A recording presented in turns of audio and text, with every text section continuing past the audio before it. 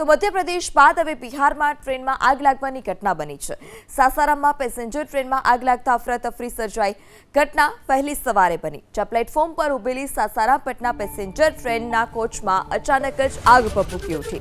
આગ લાગતા જ મુસાફરો વચ્ચે નાસભાગ જેવી સ્થિતિ સર્જાઈ। લોકો પોતાનો જીવ બચાવવા માટે ઉતાવળમાં ટ્રેનમાંથી ઉતરવા પણ લાગ્યા। ઘણા મુસાફરો પોતાનો સામાન છોડીને પ્લેટફોર્મ તરફ ભાગ્યા।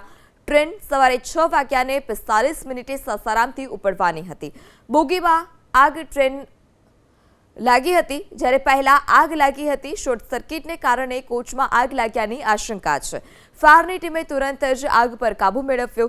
तमाम यात्रीओ पण सुरक्षित छे। तो गईकाले कोटा मंडलमां त्रिवेंद्रम हजरत निजामुद्दीन राजधानी एक्सप्रेसना 2 कोचमां आग लागी हती।